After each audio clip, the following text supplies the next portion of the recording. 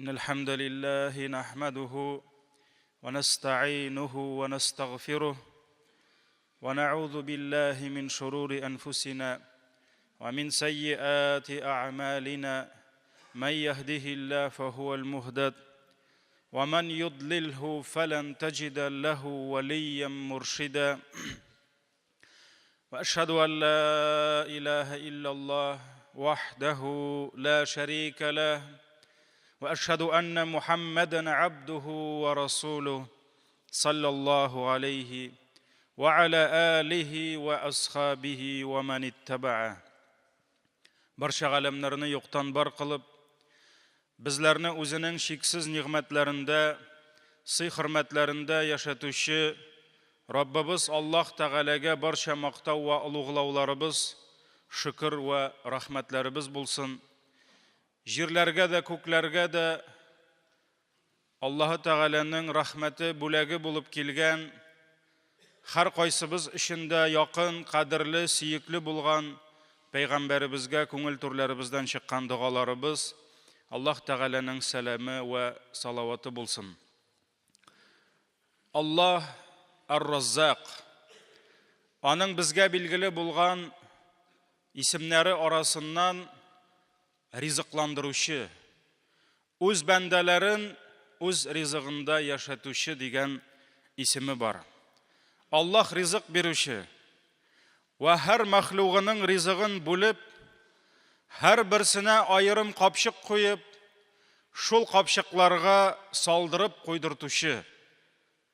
Ham Alloh Taala Qur'oni Karimda aytdi: "Va ma min dabbatin fil ardi illa alallohi rizquha."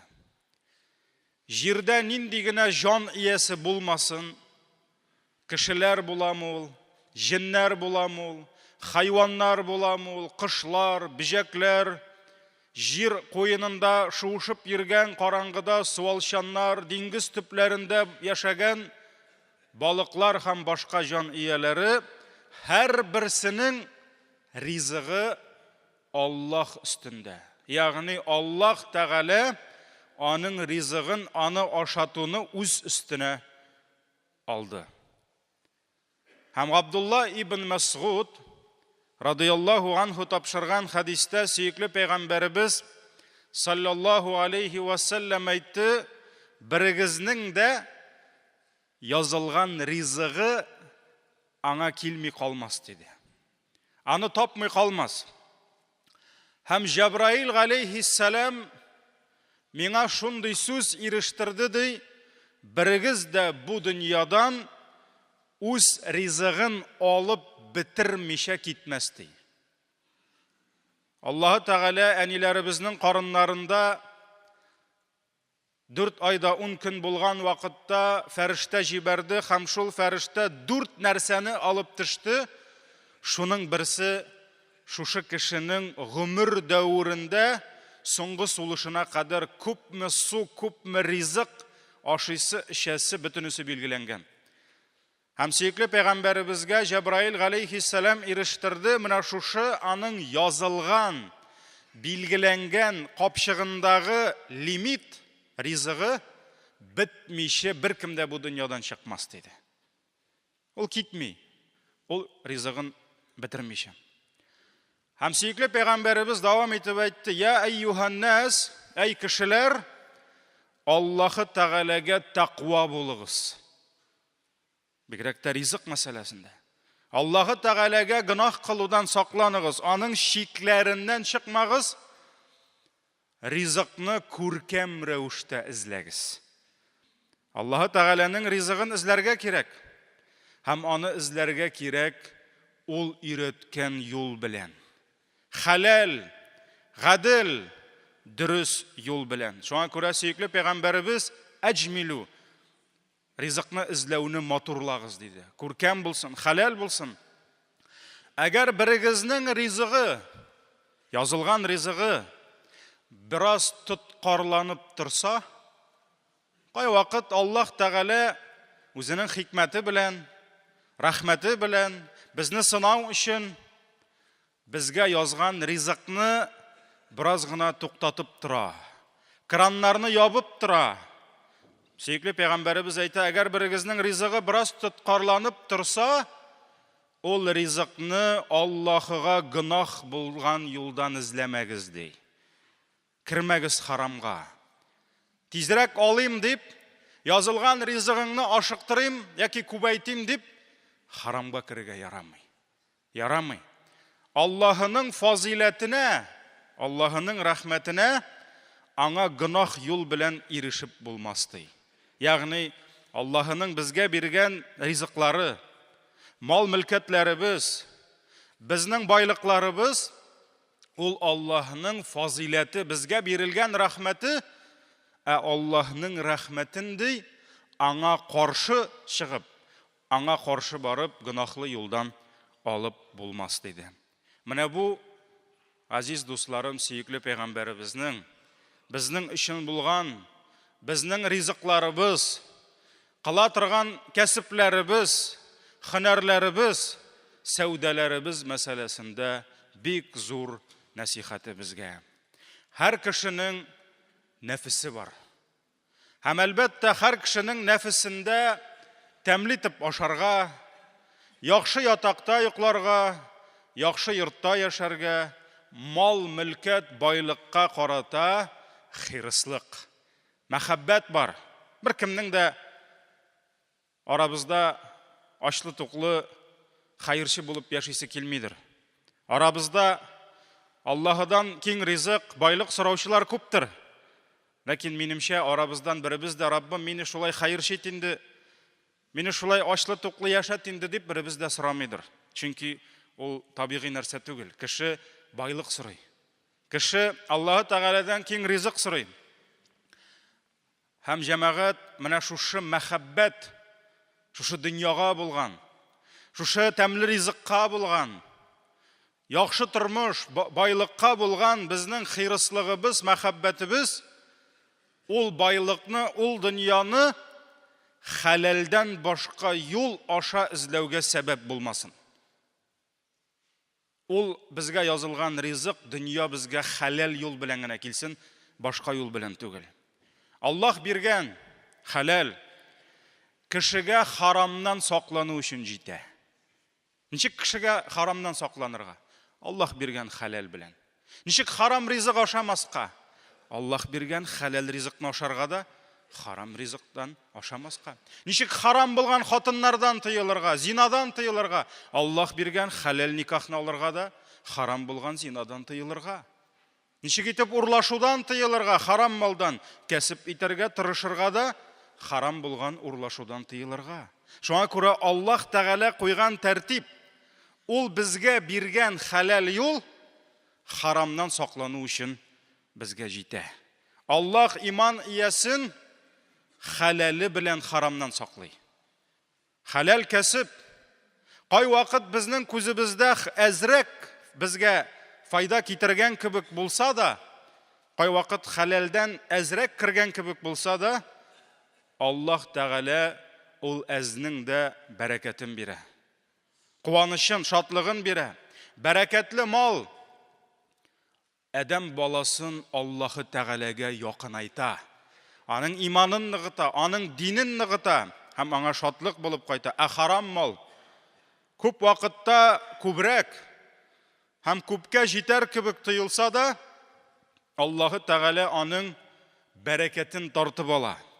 Бәрәкәтсез мал хуҗасының кулында иелеп ятса да, иелеп торса да, аңа һич бер файда китермәй. Чөнки ул бәрәкәтсез мал. Аллаһ Тәгалә ул кешене шул харамнан тапкан байлыгы кулына тапшыра. Һәм ул шул байлыгының кылы булып, күпме хәсрәт һәм күпме гынахка чума. Дөньясын да хәсрәткә батыра.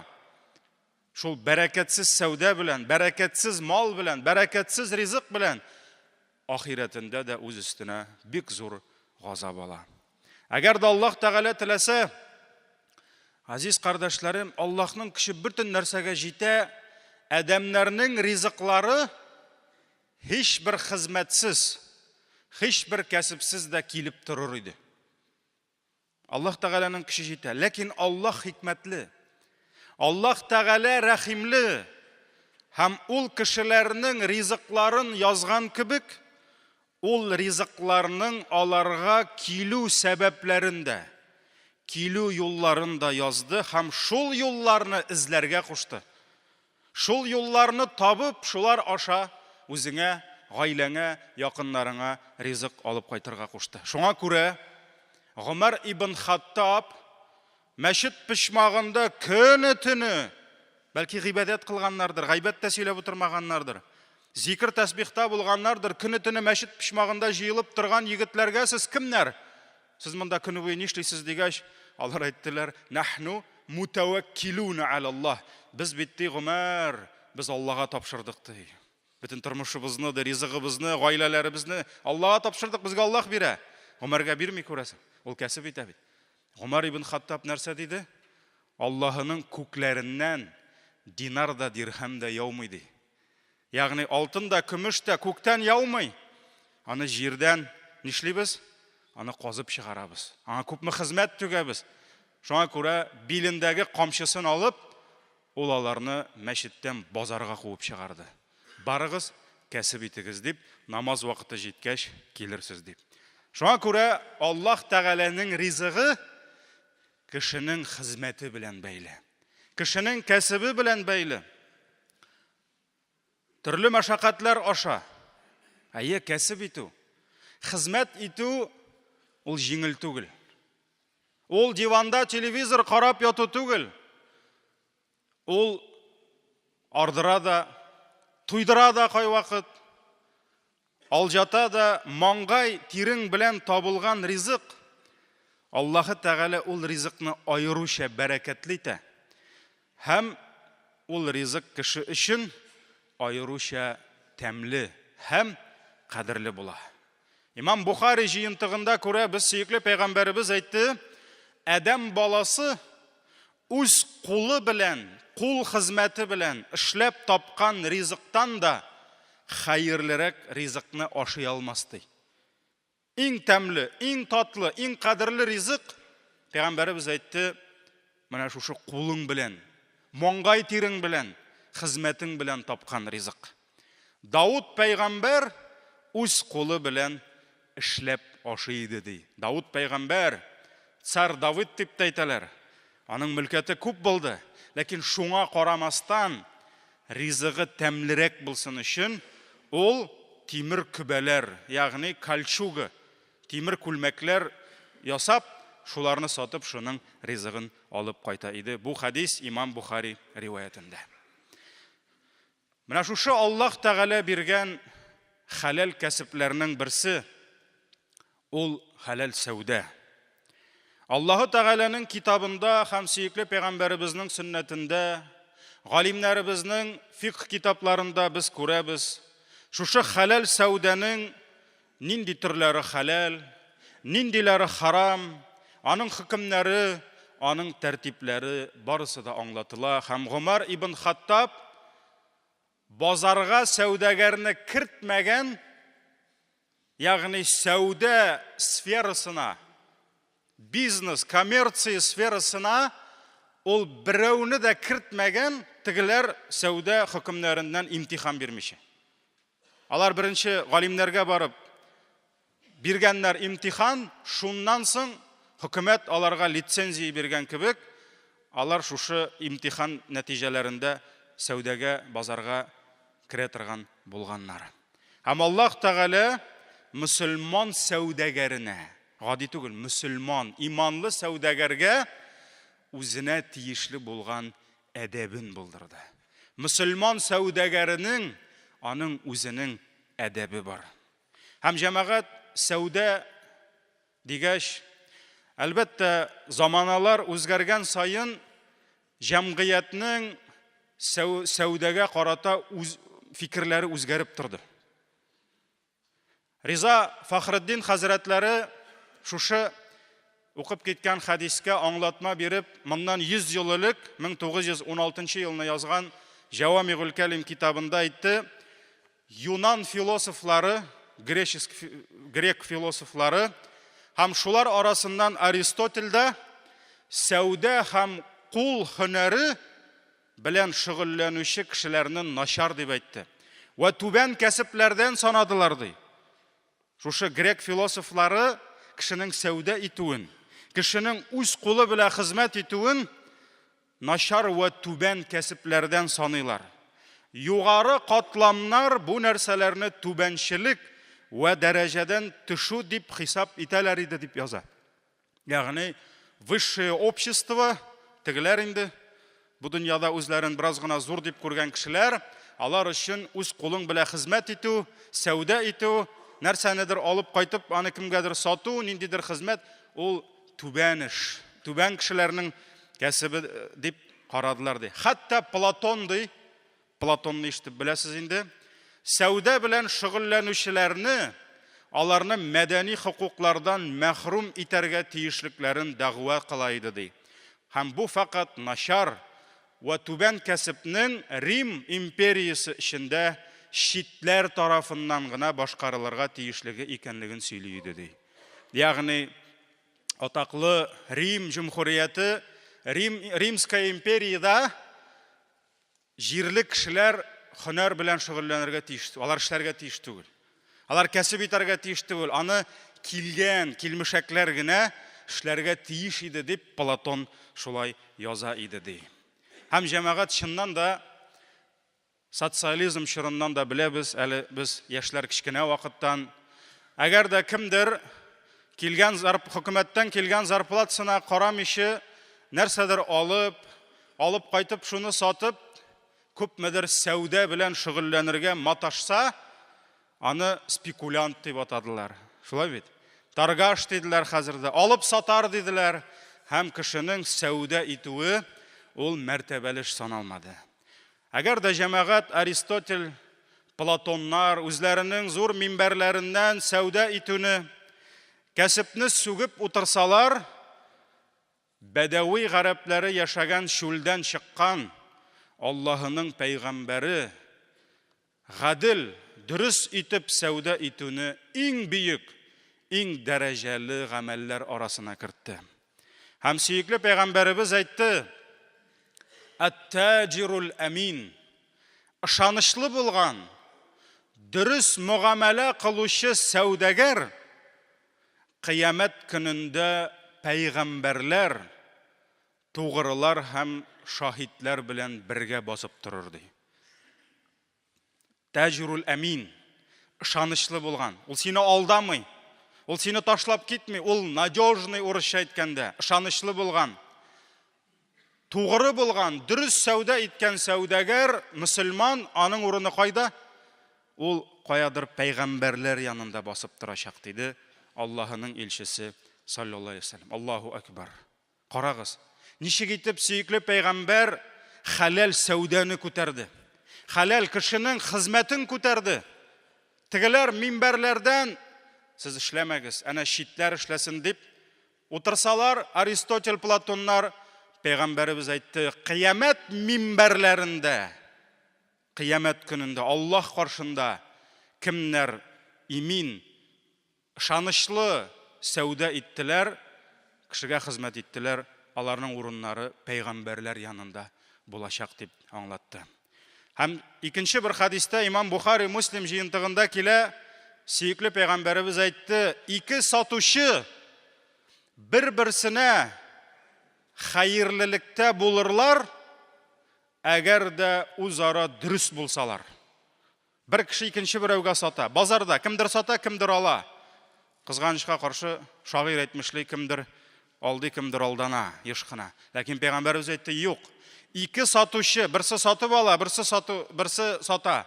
Әгәр дә алар хәерлелектә булырлар, әгәр дә үзара дөрес булсалар, һәм аларның сәүдәләре бәрәкәтле булыр диде. Әгәр дә үзара дөрес булсалар.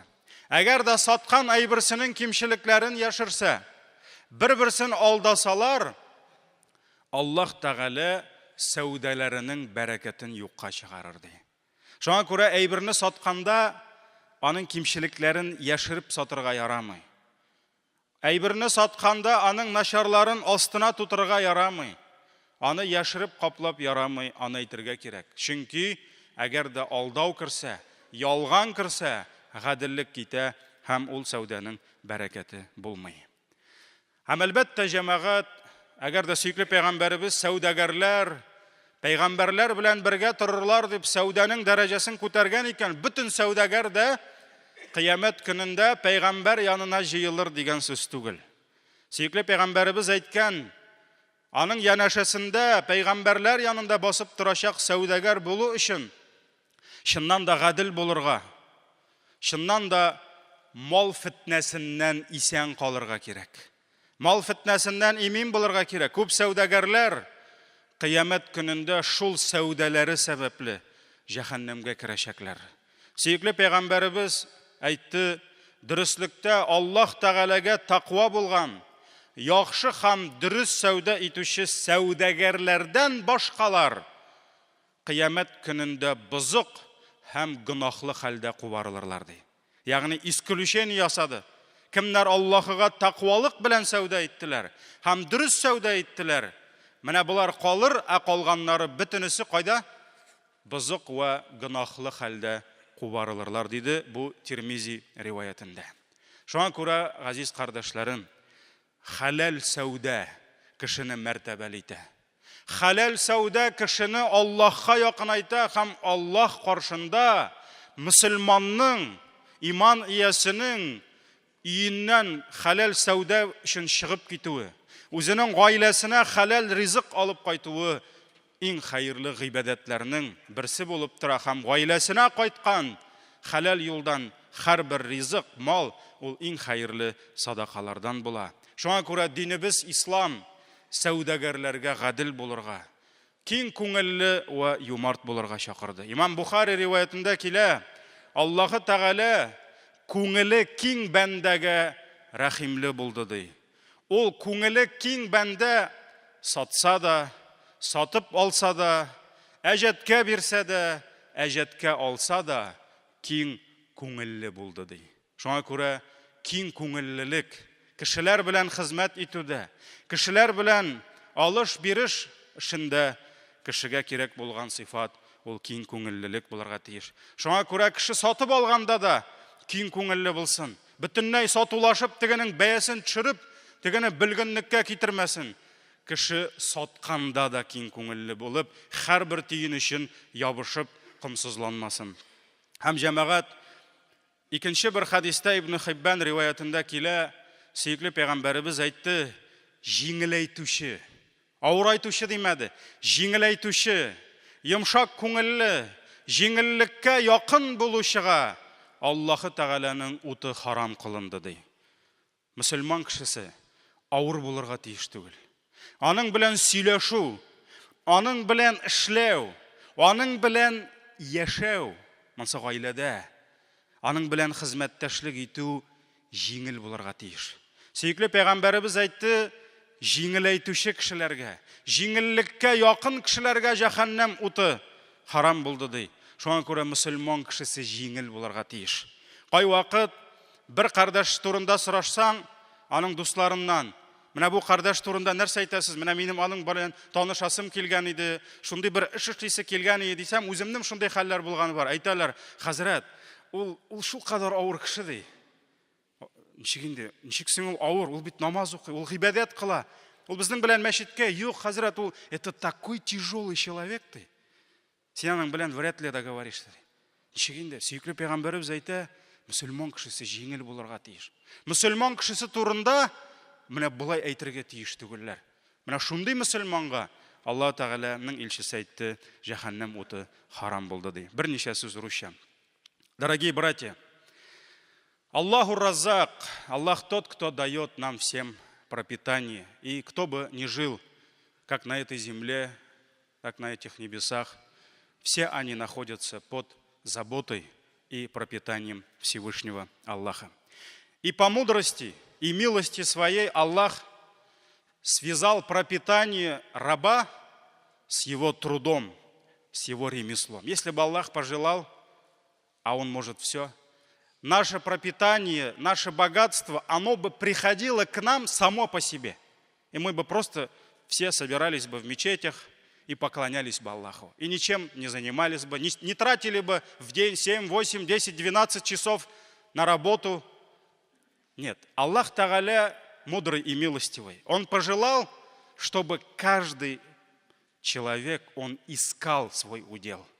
Каждый человек, совершая, заканчивая, завершая пятничный намаз, он спешил к милости Аллаха. Он работал, он старался. И как говорится в хадисе пророка, саллаллаху алейхи вассалям, что самая вкусная и самая лучшая еда, которую может найти человек, это та, которую он заработал своим трудом. Благочестивая, правильная, или, как мы говорим, честная торговля. Сегодня мы уже говорим бизнес, коммерция. Один из видов разрешенного Всевышним Аллахом труда, ремесла человека. К сожалению, сегодня слово бизнес, коммерция и благочестие – это очень далекие друг от друга слова. Многие люди, когда им говоришь вот это слово «благочестивый торговец», когда, как говорится в хадисе, они не понимают, они не могут представить, как бизнесмен и еще честный. Даже многие сами бизнесмены говорят: «Хазрат, как можно быть бизнесменом и честным? Это как трезвый алкоголик». Многие не понимают этого. А ведь пророк, саллаллаху алейхи вассалям, сказал: надежный, честный торговец в судный день будет стоять рядом с кем? С пророками, с праведными и шахидами. Это милость Аллаха. Это подарок Аллаха тем, которые, машаллах, ищут, которые не лежат на печках, на диванах, которые побеждают свою лень, которые стараются ради своих семей, ради своих жен, детей, ради уммы, ради мусульман и стараются, работают на пути Аллаха. В основе любого труда, ремесла должна быть надежность и честность. И не только честность к мусульманам. Мусульманин должен быть честным ко всем и со всеми. И вот когда говоришь такие слова, иногда слышишь такую реакцию: да так, хазрат, никогда не разбогатеешь. То, что Аллах тебе дал, то, что Он тебе предопределил в твоем мешке, оно тебя обязательно найдет. Но то, что пришло к тебе в дом, в твою семью через твой честный труд, он принесет с собой в твою семью баракат, радость и благополучие. Недавно прочитал книгу «Семейная жизнь» шейха Насира Аль-Умар. И вот он пишет в этой книге про одного человека, хозяина семьи, у которого было 13 детей. Ну, сегодня это уже у нас в обществе 3 детей, ты уже герой, уже многодетная семья, тебе уже льготы, все положено. У него было 13 детей. И вот у этого человека был старый грузовик. Он не был каким-то крупным бизнесменом, торговцем. У него был старый грузовик, и он возил, на этом грузовике людям привозил песок. Но вот этот человек был таким честным. Когда он обещал людям привезти целый грузовик песка и брал у них деньги за целый грузовик, когда ему грузили песок, он поднимался на кузов и вот так руками хлопал, чтобы больше песка зашло к нему в грузовик. Потому что он обещал целый грузовик привезти. А потом он этот грузовик закрывал брезентом. Для чего?